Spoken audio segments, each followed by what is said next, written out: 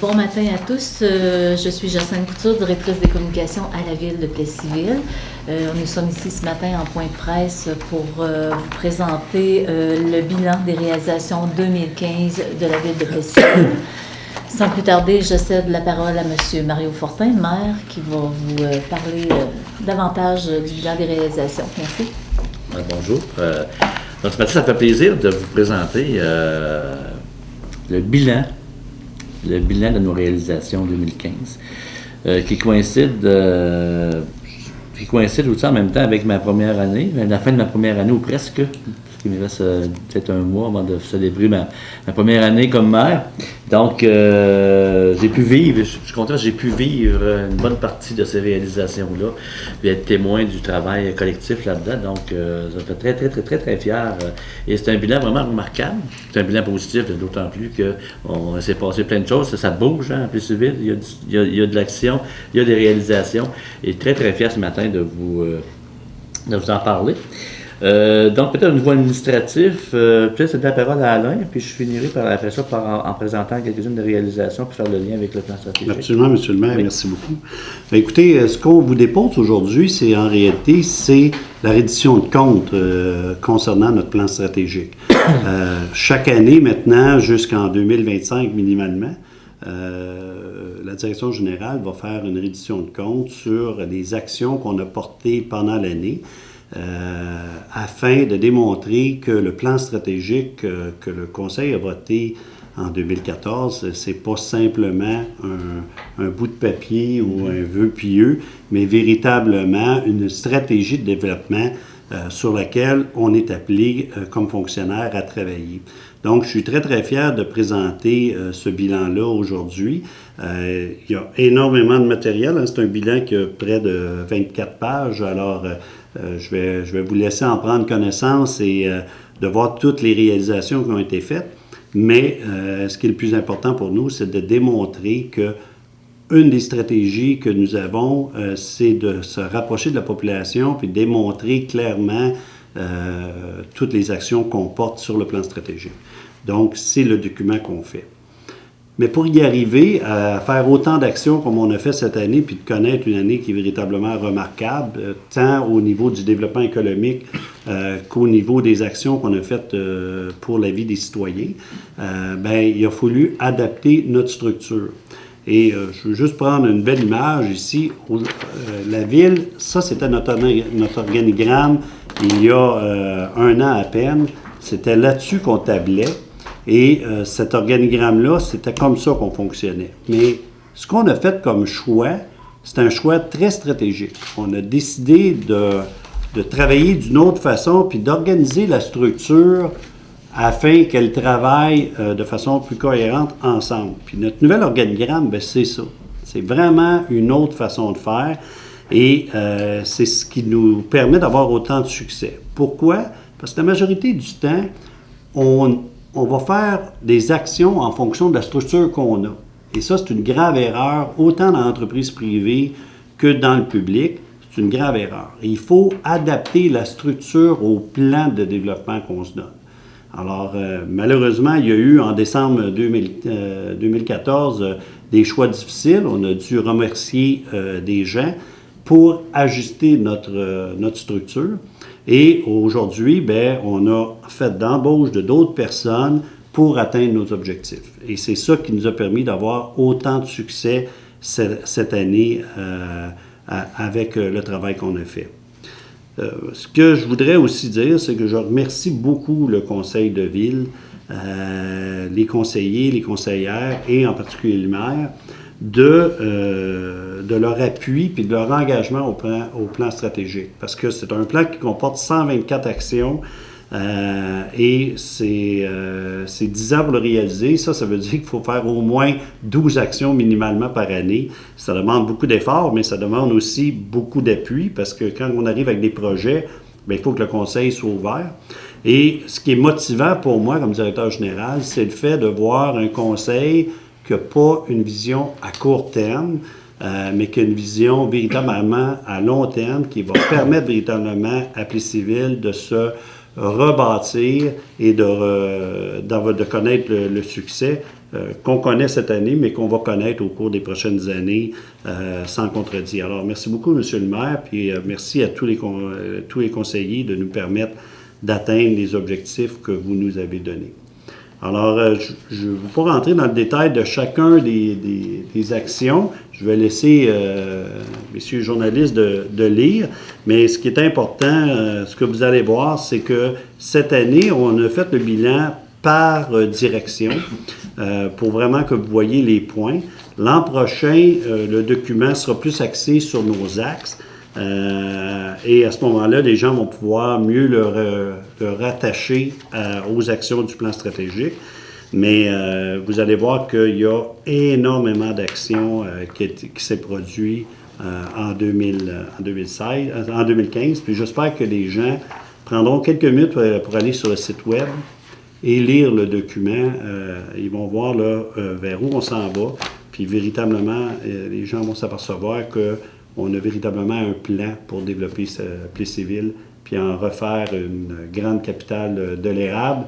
Mais on travaille bien fort, M. le maire, pour enlever les 2 derniers mots de notre slogan, qui est capitale mondiale de l'érable. Si on peut enlever juste le capitale, on va rester avec capitale mondiale. Merci beaucoup. Merci. M. Desjardins. Vous voulez, oui, effectivement. Écoutez, tu sais, puisque ce que M. Desjardins disait, que je trouve vraiment très important, c'est que parfois on bâtit des plans, on bâtit des plans stratégiques ou des plans d'action ou des projets qui sont du papier pour nous sécuriser ou juste pour dire, bon, ben là, on met ça sur une tablette, puis au moins on sait qu'on a un petit plan, puis on sait qu'on a des objectifs. Mais ce que je peux vous garantir, c'est que le plan stratégique qu'on a mis sur pied, c'est un peu comme qu'on embarque dans un navire, là. On a une carte.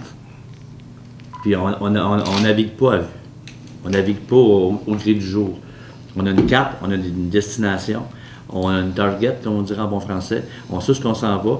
On a des valeurs, ça c'est important, ça repose sur des valeurs. On repose sur des axes d'intervention importants. Et puis, c'est là-dessus qu'on va être jugé à un moment donné. Puis ce qui est intéressant surtout, ce que je trouve vraiment le fun, c'est qu'on a commencé ce chapeau de roue, on peut dire que déjà, on commence à sentir la réalisation des objectifs qu'il y a là-dedans.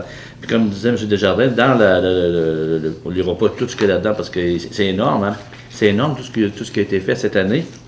Et tous les axes ont été touchés. On ne s'est pas dit, bon là, c'est la première année, on fait l'axe 1, l'année. Non. Jusqu'en 2025, on va travailler simultanément tous les axes pour être capable d'avancer là-dedans et de le sentir concrètement. Ce qu'on veut, c'est que ce soit mesurable concrètement.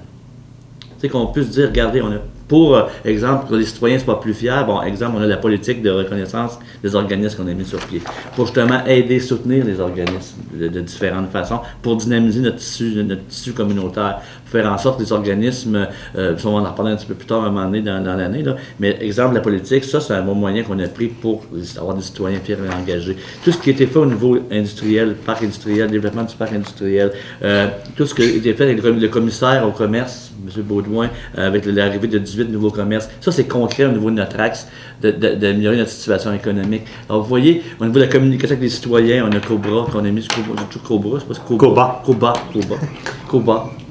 Alors, avec Coba, le système informatique, déjà, ça, c'est une façon concrète qu'on a faite pour que les citoyens aient faciliter notre lien avec eux. Donc, je pourrais en nommer pendant toute la journée, là, mais on a des choses concrètes pour notre plan stratégique.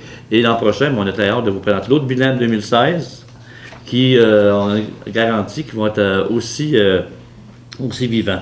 À mon tour aussi, ça c'est dû à un travail d'équipe. C'est important de dire, à la ville de Plessisville, moi ce que j'ai remarqué depuis mon arrivée ici, c'est qu'on travaille en équipe.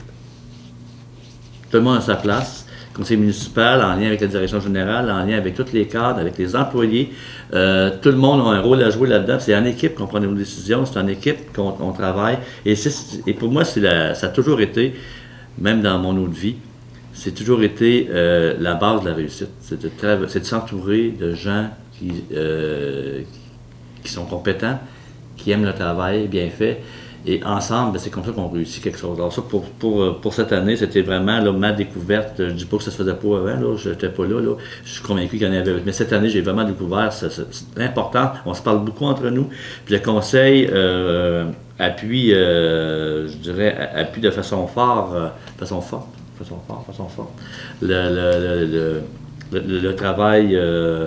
le travail des cadres, parce que c'est important pour nous, ce travail d'équipe-là. Il y a beaucoup de boulot qui se fait ici, les gens ne comptent pas les heures, et on vous a envoyé le résultat ce matin en lisant toutes les réalisations. Peut-être en nommer quelques-unes comme ça, là, pour entre autres, on a des ententes qu'on a commencé à signer avec les municipalités. À ce titre-là, on joue notre rôle de ville-centre, les civils. On joue notre rôle de ville-centre avec ces ententes-là. On joue notre rôle de ville-centre en renforçant notre économie. Une ville forte économiquement, une ville-centre forte a un impact évidemment sur toute la MRC, au niveau de nos industries ou nos commerces. On a également, je vois un petit peu hasard avec des différents actes, là, mais au niveau de la bibliothèque, on a annoncé récemment la mise sur pied du système de prêt numérique. On a également, c'est sûr qu'au niveau de la construction, on a une année exceptionnelle au niveau de la construction en place civile. C'est sûr que l'amphithéâtre y est pour quelque chose. Là, les gens ne le savent pas, M. le maire, mais vous savez que c'est rien qu'en construction, là, les valeurs foncières de cette année, c'est la moitié de la ville de Victoriaville en valeurs foncières. Puis pourtant, on n'a pas de personnel, on n'a pas le monde d'eux autres. On pense à l'arrivée de 18 nouveaux commerces. Je pense que ça, c'est remarquable. Mais souvent, la perception, notre centre-ville, là, on est en train de travailler. Là. On est en train de le revitaliser. On a des bonnes nouvelles à ce niveau-là, puis on va continuer, puis on ne lâchera pas. Et c'est sûr qu'on fait face aussi à des défis, des magasinages en ligne. Donc, nous, on a été aussi, on a mis du magasinage en ligne justement pour aller dans le sens des nouvelles pratiques commerciales. On pense évidemment à la rénovation de l'amphithéâtre, c'était un gros moment aussi dans l'année sur l'inauguration. On va mettre mes lunettes. Donc, 40 jours l'été, on a mis sur pied un nouveau système de 40 jours. Je pense qu'il a été bonifié. On va continuer dans ce sens-là. Donc, j'invite la population à prendre le temps de regarder toutes les réalisations, prendre le temps de lire ça. Et si vous avez des questions, si la population a des questions, on est tout le temps disponible pour y répondre. Vous avez des suggestions, vous avez des commentaires, gênez-vous pas. On est là pour vous. On est là pour faire de Plessisville une ville dont les gens vont être fiers. On est bien parti. On est dans un tournant. Et puis, en 2025, c'est sûr que ça a l'air loin, là, mais les années passent vite. Mais on a un objectif sur 10 ans. Puis on sait qu'on va le réaliser. Merci beaucoup, M. le maire. Merci, M. Desjardins. J'ouvre maintenant la période de questions à nos journalistes. Dans les réalisations, vous parlez de l'amphithéâtre, que c'est positif, mais positif parce que ça a été aussi livré dans le temps, je pense. Puis, le prix, oui. Vous avez eu un bon prix.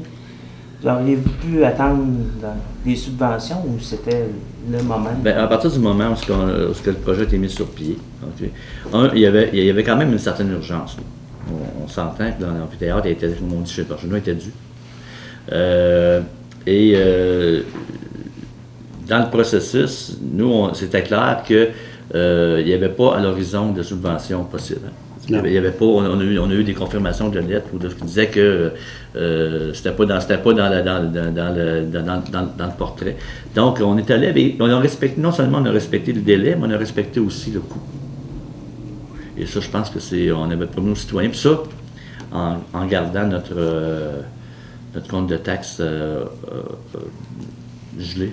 Ça, c'est-tu inscrit dans vos bilans de réalisation? Vous avez gardé qu'on a gardé. Le compte de taxes. Non, parce qu'en réalité, c'est en 2016 que le compte de taxes est gelé. C'est pas en 2015. On va le marquer l'année prochaine. On va le mettre en bilan l'année prochaine, si tu veux bien. On va le prendre en note, on a une réalisation. Mais en même temps, le gel d'un compte de taxes, ça a l'air, c'est bien winner comme ça. C'est bien facile comme ça. Mais il faut comprendre que la municipalité a eu 240 000 de compression budgétaire du gouvernement du Québec. Hein? On reçoit 240 000 de moins du gouvernement du Québec. Ça, c'est 2,5 ou 2,4 pour être plus juste, là, du budget de la ville, à peu près. Mais ça veut dire qu'il faut le trouver ailleurs. Mais on le trouve où? Grâce, justement, à une série d'économies qu'on fait.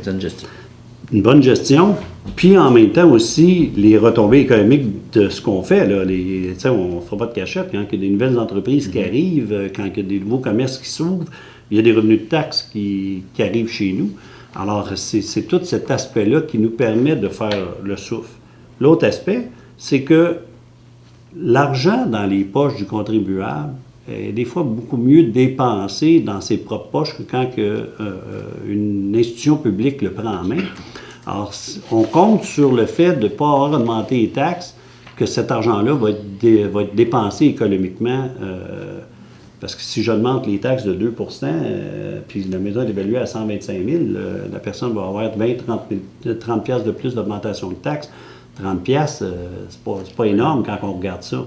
Mais multiplié par 3 000 maisons, tu es rendu à 200 000 bien, ce 200 000-là va être dépensé économiquement. Il va probablement être beaucoup mieux à ce moment-là. Fait que c'est plutôt vers ça qu'on table, vers un succès de retombées économiques, que simplement dire qu'on va aller chercher de l'argent pour être sûr et certain qu'un camion va être peinturé cette année ou l'année prochaine. Puis je profite de l'occasion aussi pour dire qu'au niveau de l'économie, l'importance des citoyens, tu sais, que d'acheter chez nous. Ça, c'est une nouveau qui tourne. On achète chez nous, les commerces se revivifient, et c'est positif. Et puis ça, ben, c'est un réflexe que je m'appelle que les gens commencent à avoir, puis surtout avec le magasinage en ligne, qu'on a implanté.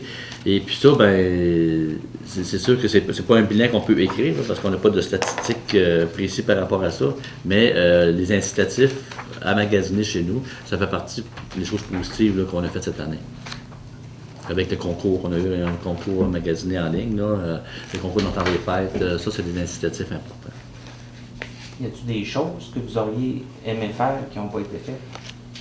Ben, c'est un plan stratégique sur 10 ans. Fait que oui, effectivement, il y a des choses qui sont en train de se faire actuellement, mais qui n'ont pas pu se concrétiser tout de suite, mais qu'on va pouvoir le faire. Je vous donne un exemple. On table beaucoup sur le carrefour de l'érable. On espère pouvoir cette année le faire. L'an passé, on n'a pas été capable de le faire en 2015. On aurait voulu beaucoup apporter les rénovations au carrefour de l'érable pour qu'il soit encore plus invitant pour la population, puis qu'il nous serve aussi d'outils promotionnels. On a des travaux d'infrastructure qu'on a été capable de faire l'an passé, qu'on va faire cette année, entre autres des travaux de rue. Puis, il y a des choses qu'on est en attente du gouvernement. On est en attente, entre autres, d'une décision importante de la CPTEQ depuis presque 1 an maintenant. S'ils peuvent nous donner une réponse au plus vite, on va pouvoir avancer. Ça va débloquer des bonnes affaires. Du dossier de la SAMAR? Non, je parle du dossier de l'agrandissement du parc industriel. Okay. Fait que, quand ils vont nous donner le OK, on va pouvoir avancer. On aurait voulu avancer l'an passé parce que agrandir un parc industriel, ça se fait pas en criant ciseaux. Il y a de la planification à faire, il y a des coûts à prévoir, puis il y a des entreprises actuellement qui sont en attente, qui veulent venir s'installer chez nous, puis je suis pas capable de répondre à leurs besoins. Fait que oui, ils peuvent m'attendre 1 an, mais ils n'attendront pas 3, 4 ans, 5 ans dans leur plan d'affaires. À un moment donné, si on n'est pas capable de les satisfaire, bien, ils vont les cogner à la porte ailleurs. Il faut se garder de l'ouvrage un peu pour les prochaines années aussi. Ben, sinon, les poches, au lieu d'être là, ils vont être ici. Ouais. Le développement de la SAMAR, j'imagine qu'il figure là-dedans aussi. Oui, mais c'est un développement privé. Il ne faut pas oublier ça. C'est dans les mains d'entrepreneurs privés, de promoteurs privés. C'est à eux à faire les choses. Nous, notre travail est terminé. Moi, j'attends qu'ils mettent la pelle dedans et qu'ils commencent à creuser. Alors, nous, tout est prêt. On est même en train de préparer un plan de communication, plan marketing pour faire la promotion de ce projet-là. Mais il faut que j'aie un début de rue si je veux être capable de faire dire aux gens, venez voir le projet. Ouais. Tant qu'ils ne l'auront pas fait, je peux pas avancer. Mais eux aussi ont des difficultés avec le ministère de l'Environnement, puis ils ont des demandes. Les demandes du gouvernement du Québec, maintenant, sont énormes. Là. Puis ça ne s'adresse pas à un cas civil, là, pas un cas d'espèce. C'est partout au Québec. Là. Les municipalités ont beaucoup de difficultés à recevoir des autorisations du gouvernement là, qui nous arrivent avec des demandes chaque année là, de plus en plus grosses. Ça complète. Moi, je voudrais juste peut-être faire un petit ajout avant de terminer. On parle beaucoup du plan stratégique, donc le bilan des réalisations. Les gens qui vont aller le consulter ou qui l'ont déjà fait, moi, je vais juste faire un rappel. Vous voyez que dans le plan stratégique, il y a des mains. Ils sont pas là pour ils sont pas là pour rien, ces mains-là. C'est avec les mains que nous bâtissons, nous créons et nous écrivons notre histoire. Alors, l'avenir est entre nos mains. Poursuivons le chemin de nos ancêtres afin que le nom de Plessisville soit pour chacun de nous signe de fierté. Alors, je pense que c'est important de savoir la signification de ça. De plus en plus, dans nos outils de communication, on va utiliser les mains afin de rappeler à nos citoyens et à l'ensemble des gens qu'on bâtit tous ensemble. Merci beaucoup. Merci.